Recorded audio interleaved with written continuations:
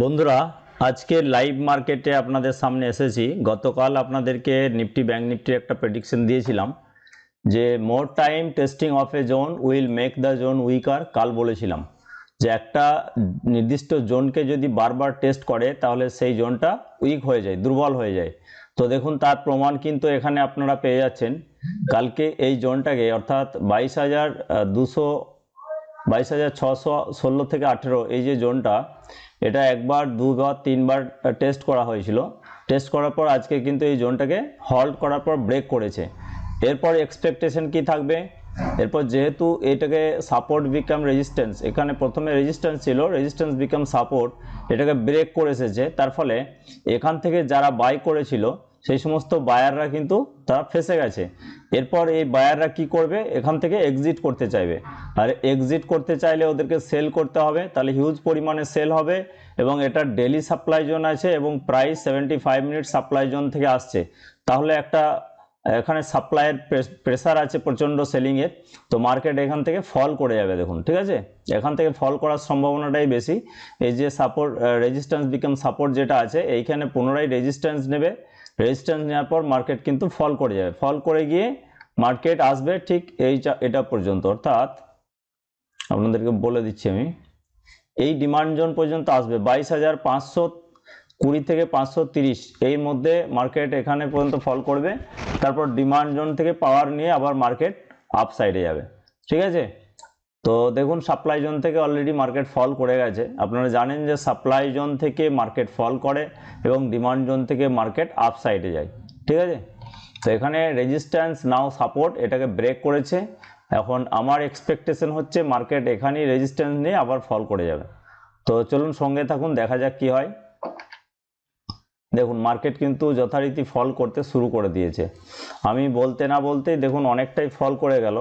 তো দেখা যাক কতটা পরিমাণ মার্কেট ফল করে। আমার এক্সপেকটেশন আছে এই ডিমান্ড জোন পর্যন্ত মার্কেট ফল করতে পারে, অথবা এই যে প্রিভিয়াস রেজিস্ট্যান্স, এই যে দেখতে পাচ্ছেন,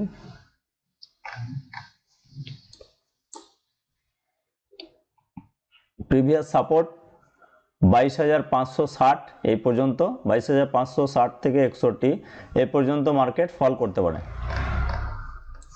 তো দেখা যাক, কিছুক্ষণ ওয়েট করুন। ব্যাংক নিফটি একবার দেখে নিই। ব্যাংক নিফটির ক্ষেত্রেও দেখুন, এটা প্রিভিয়াস রেজিস্ট্যান্স নাও সাপোর্ট যেটা, সেটাকে ব্রেক করে এসেছে।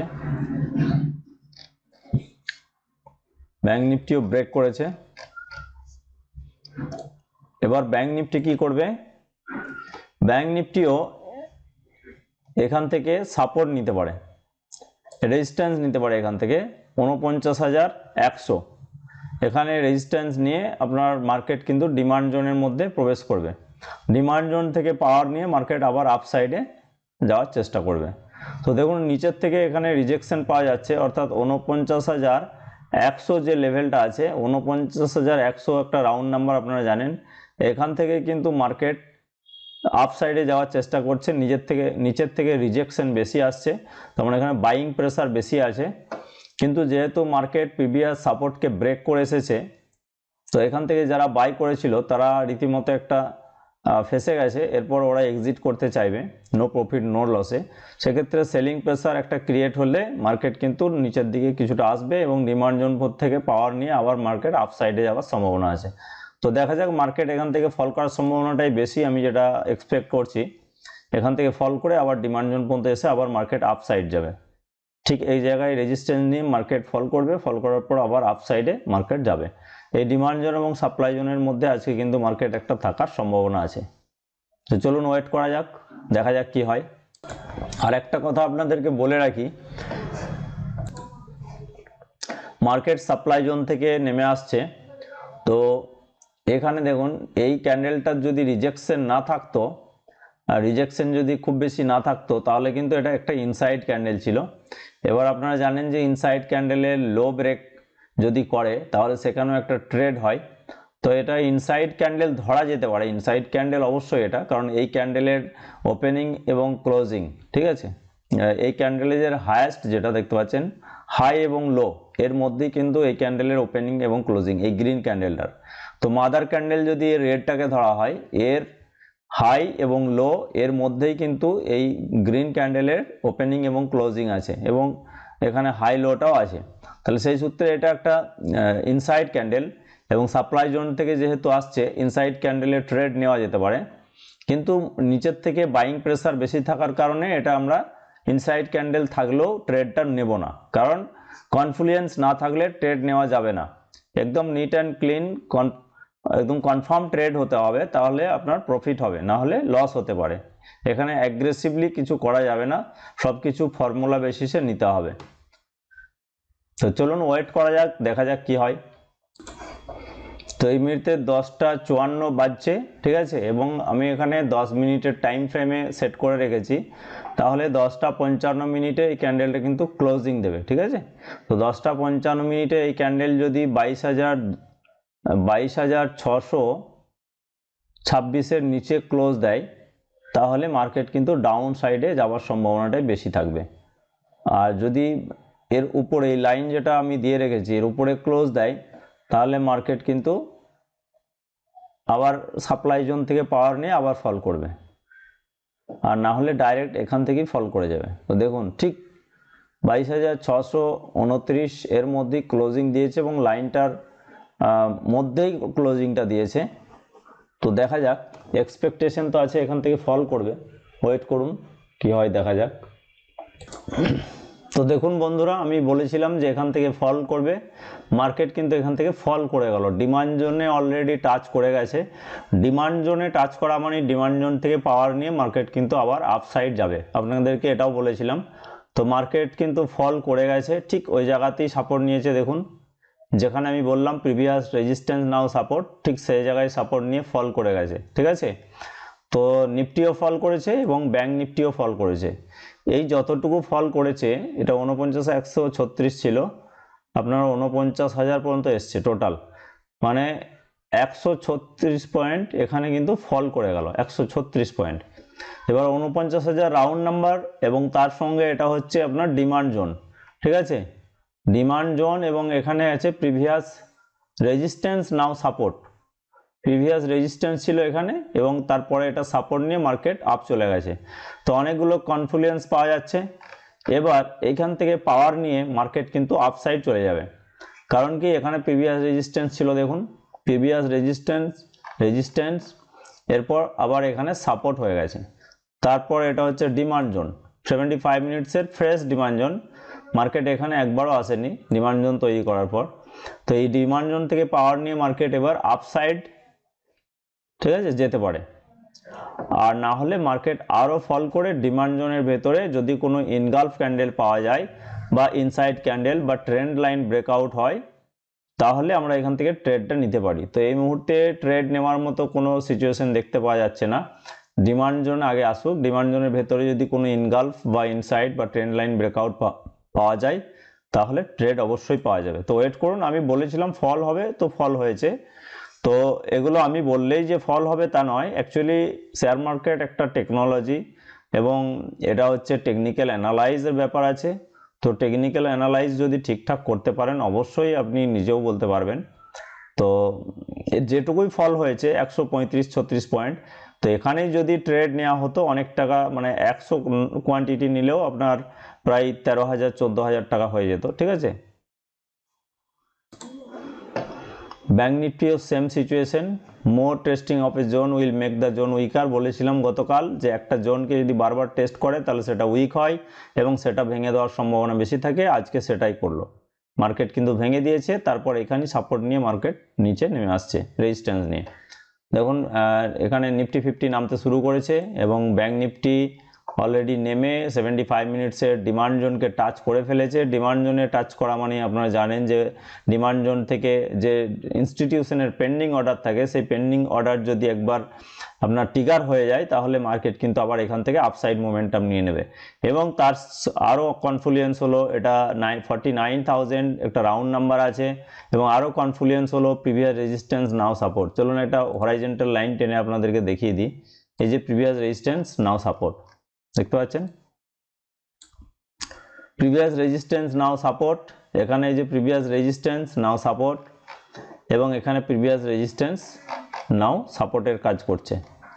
তো দেখা যাক মার্কেট কি করে। যদি ডিমান্ড জোনের ভেতরে আসে মার্কেট ফল করে আরও কিছুটা ফল করে, আমি চাইছি মার্কেট আরও কিছুটা ফল করুক, ফল করে একদম ডিমান্ড জোনের বটমে এসে কোনো ইনগালফ ক্যান্ডেল বানাক।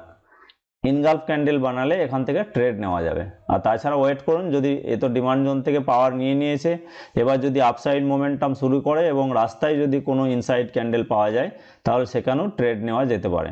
তো ওয়েট করুন কি ফর্মুলা এখানে বা কি স্ট্র্যাটেজি আসে দেখা যাক। নিফটি ব্যাঙ্ক নিফটি দুজনেই কিন্তু নিম্নমুখী। ব্যাঙ্ক নিফটি অলরেডি ডিমান্ড জোনে টাচ করে গেছে, নিফটি এখনও টাচ করতে পারেনি, সাপ্লাই জোন থেকে আসছে। তো দেখুন যেহেতু 10 মিনিটে এখানে ট্রেডিং করা হচ্ছে, সেহেতু আর মাত্র 5 মিনিট বাকি আছে, ঠিক আছে। সরি 5 মিনিট নয়, আর 1 মিনিট বাকি আছে। 11:15-তে নতুন ক্যান্ডেল হয়ে গেছে। তো এই দুটো ক্যান্ডেল যদি আমরা দেখি তো দেখা যাচ্ছে এই রেড ক্যান্ডেল এবং গ্রিন ক্যান্ডেল দুজনের বডি কিন্তু প্রায় সমান সমান, অর্থাৎ এটাকে ইনগালফ ক্যান্ডেল বলা হতে পারে। কিন্তু ইনগালফ ক্যান্ডেলের ট্রেড আমরা কখন নেব? যখন জোনের ভিতরে ইনগালফ ক্যান্ডেল বানাবে তখন। তো 75 মিনিটস ডিমান্ড জোনে প্রাইস ঢোকেনি, অথচ এখানে ইনগালফ বানিয়েছে, তাহলে কি এই ট্রেডটা নেওয়া যেতে পারে? অবশ্যই নেওয়া যেতে পারে না। কিন্তু এই ক্ষেত্রে ট্রেডটা নেওয়া যেতে পারে, কারণ প্রাইস ডিমান্ড জোনে টাচ করে গেছে এবং ডিমান্ড জোন থেকে পাওয়ার নিয়ে নিয়েছে, এবং এটা প্রিভিয়াস রেজিস্ট্যান্স নাও সাপোর্ট দেখতে পাচ্ছেন। প্রিভিয়াস রেজিস্ট্যান্স নাও সাপোর্টে যদি কোনো ইনগালফ ক্যান্ডেল বানায় তাহলে সেখানে আপনারা ট্রেড নিতে পারেন, তবে ট্রেডটা রিস্কি হবে, ঠিক আছে। এরপর কিভাবে ট্রেড নেওয়া হবে? এই যে গ্রিন ক্যান্ডেল আছে, গ্রিনের হাই ক্লোজ, হাইকে যদি ব্রেক করে, এই হাই হচ্ছে 49,120 থেকে 18 থেকে 20, একে যদি ব্রেক করে তাহলে কিন্তু আমরা ট্রেডটা এন্ট্রি নিতে পারি, এবং সেক্ষেত্রে 2:1 একটা টার্গেট রাখতে পারি। কিন্তু আমি আপনাদেরকে সাজেস্ট করব যে টার্গেট এইখান পর্যন্ত রাখাটাই ঠিক হবে, ঠিক আছে। প্রিভিয়াস রেজিস্ট্যান্স নাও সাপোর্ট যেটা এই যে লাইনটা দেওয়া আছে এখান পর্যন্ত, ঠিক আছে। তো দেখা যাক যে হাই ব্রেক করে কিনা। যদি হাই ব্রেক করে তাহলে এখানে ট্রেড এক্সিকিউট করা যেতে পারে, আর যদি হাই ব্রেক না করে তাহলে এখানে কোনো ট্রেড নেওয়া যাবে না যতক্ষণ না ডিমান্ড জোনের ভেতরে এই ধরনের ইনগালফ ক্যান্ডেল বানাচ্ছে, ঠিক আছে। ডিমান্ড জোনের বাইরে বানালে কি হয়, বেশিরভাগ ক্ষেত্রে স্টপ লস হিট করে। তো চলুন ওয়েট করা যাক কি হয়, দেখা যাক। নিফটি এখানে ইনসাইড ক্যান্ডেল বানিয়েছে, দেখতে পাচ্ছেন। এই যে ইনসাইড ক্যান্ডেলের হাই ব্রেক করে গেছে, এখান থেকে কিন্তু একটা ট্রেড নেওয়া যেতে পারে, যেহেতু ডেইলি সাপ্লাই জোন থেকে প্রাইস আসছে, তো সেক্ষেত্রে পুটে একটা ট্রেড নেওয়া যেতে পারে। তো প্রায় এটা কি করা যাবে, এখানে শর্ট পজিশন অপশনে গিয়ে এখানে আমি এটাকে এন্ট্রি পয়েন্ট নিয়ে নিচ্ছি, আর এসএল হবে এই যে ইনসাইড ক্যান্ডেলের লোয়ের সামান্য উপরে, আর টার্গেট হবে 2:1। তো চলুন 2:1 কোথায় হয় দেখা যাক, এখানে 2:1, ঠিক আছে। ইনসাইড ক্যান্ডেল বানিয়েছে, ইনসাইড ক্যান্ডেলে হাই ব্রেক করেছে, এবার দেখা যাক যে 2:1 টার্গেট এখানে হিট করে কিনা। আর ব্যাঙ্ক নিফটির ক্ষেত্রে দেখতে পাচ্ছেন ইনগালফ যেটা বানিয়েছে, ইনগালফের লো ক্রস করার জন্য চেষ্টা করছিল কিন্তু লো ক্রস করতে পারেনি, এবার হাইয়ের দিকে যাচ্ছে। যদি হাই ক্রস করে তাহলে একটা বুলিশের ট্রেড হতে পারে। এবার যদি বুলিশের ট্রেড হয় তাহলে নিফটির ক্ষেত্রেও কিন্তু একে এই যে ইনসাইড ক্যান্ডেলের ট্রেড হচ্ছে এটাও আপসাইড দিকে চলে যাবে, স্টপ লস হিট করবে, কারণ নিফটি এবং ব্যাঙ্ক নিফটি একে অপরের সঙ্গে অঙ্গাঙ্গিভাবে জড়িত। দেখুন এই ট্রেডটা হবে না ব্যাঙ্ক নিফটির ক্ষেত্রে, কারণ ইনসাইড ক্যান্ডেলের ইনগালফ ক্যান্ডেলের লো ব্রেক করে দিয়েছে, তো এই ট্রেডটা আর নেওয়া যাবে না, ঠিক আছে। তো এখানে ইনগালফের ট্রেডটা হবে না, নিফটির ক্ষেত্রে এই যে ইনসাইড ক্যান্ডেলের ট্রেড সেটাই হবে এবং টার্গেট অ্যাচিভ করবে, দেখুন, ঠিক আছে। তো দেখুন স্টপ লস এখানে হিট করেছে, যদি এখানে নেওয়া হতো, আমি এই জন্যই বললাম যে জোনের বাইরে যদি ইনগালফ ক্যান্ডেল বানায় সেক্ষেত্রে ট্রেড নেওয়া খুবই রিস্কি, না নেওয়াই ভালো। জোনের ভেতরে এবং একদম বটমে যদি ইনসাইড ক্যান্ডেল বা আপনার ইনগালফ ক্যান্ডেল হয় তাহলে এখানে ট্রেডটা করা যেতে পারে, ঠিক আছে। ইনসাইড ক্যান্ডেল ট্রেড আমরা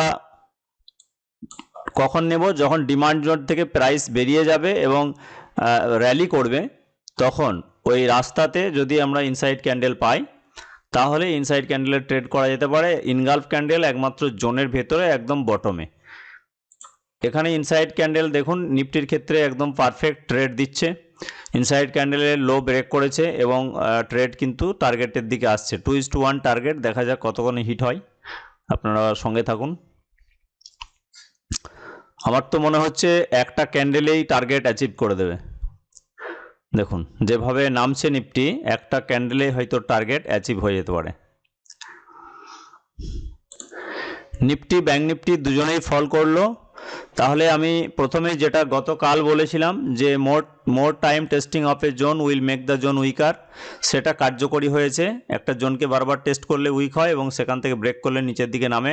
তো আমি সেটা বলেছিলাম এবং আজকেও বলেছিলাম যে এখানে সাপোর্ট নিয়ে রেজিস্ট্যান্স নিয়ে কিন্তু মার্কেট নিচের দিকে আসবে, কারণ যারা এখান থেকে বাই করেছে তারা ফেসে গেছে, তারা এখন এক্সিট করবে, এক্সিট হবে এবং এটা ডেলি সাপ্লাই জোন। এখান থেকে হিউজ পরিমাণে পেন্ডিং অর্ডার আছে ইনস্টিটিউশনের, সেই ক্ষেত্রে এখানে প্রচুর পরিমাণে সেলিং হওয়ার ক্ষেত্রে মার্কেটটা কিন্তু ডাউনের দিকে যেতে পারে। আর সেটাই হলো, আপনারা দেখতে পেলেন যে মার্কেট কিন্তু আমার যে কথাটা বললাম একদম পারফেক্ট সেটাই কাজ করলো। আর নিফটি কিন্তু অলরেডি টার্গেট অ্যাচিভের দিকে, আর সামান্য পয়েন্ট বাকি। দেখতে পাচ্ছেন ইনসাইড ক্যান্ডেলের ট্রেড কিন্তু এখানে সাকসেস হয়ে যাচ্ছে। তো আপনারা যদি সঠিক স্ট্র্যাটেজিতে আপনারা ট্রেড করেন তাহলে আপনাদের কোনো রকম লস হবে না এবং প্রফিট থাকবে। তো এটা ডিমান্ড জোন, যেহেতু নিফটি ডিমান্ড জোনে ঢুকছে, আপনাদেরকে বলেছিলাম যে নিফটি ডিমান্ড জোন পর্যন্ত আসতে পারে। তো দেখুন টার্গেট কিন্তু অলরেডি অ্যাচিভ, হয়তো আর 2-4 পয়েন্ট বাকি আছে। তো দেখা যাক, টার্গেট মনে হচ্ছে একটা ক্যান্ডেলেই হয়তো অ্যাচিভ হয়ে যেতে পারে। আর ডিমান্ড জোন থেকে সামান্য রিয়াকশন হচ্ছে, সামান্য বাইং প্রেশার দেখা যাচ্ছে, তবুও টার্গেট এখানে দেবেই 110%। দেখুন টার্গেট কমপ্লিট, একটা ট্রেডেই একটা ক্যান্ডেলেতেই ট্রেড কিন্তু হয়ে গেল। ঠিক আছে, ইনসাইড ক্যান্ডেলের ট্রেড এখান থেকে সাকসেসফুল, বাস এরপর আপনারা এখান থেকে এক্সিট করে যেতে পারেন।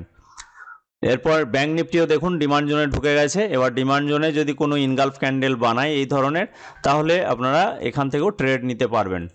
তো বন্ধুরা, মেন হচ্ছে ভিউ পয়েন্ট এবং অ্যানালাইজ করার উপরে ট্রেড হবে। সারাদিন ট্রেড করার প্রয়োজন নয়, একটা ট্রেড নিন, সঠিক নিন, আপনার একটা ট্রেডেই ভালো রকম প্রফিট দিয়ে দেবে। ঠিক আছে, তো নিফটির ক্ষেত্রে এটাতে যদি আপনার 200 বা 300 কোয়ান্টিটি নিতেন, তাহলে একটা ট্রেডেই আপনার 20-30 হাজার টাকা ইনকাম কিন্তু এসে যাবে। দেখুন পারফেক্টভাবে এখানে কিন্তু টার্গেট দিয়ে দিয়েছে, এবার আমি এটাকে ডিলিট করে দেবো।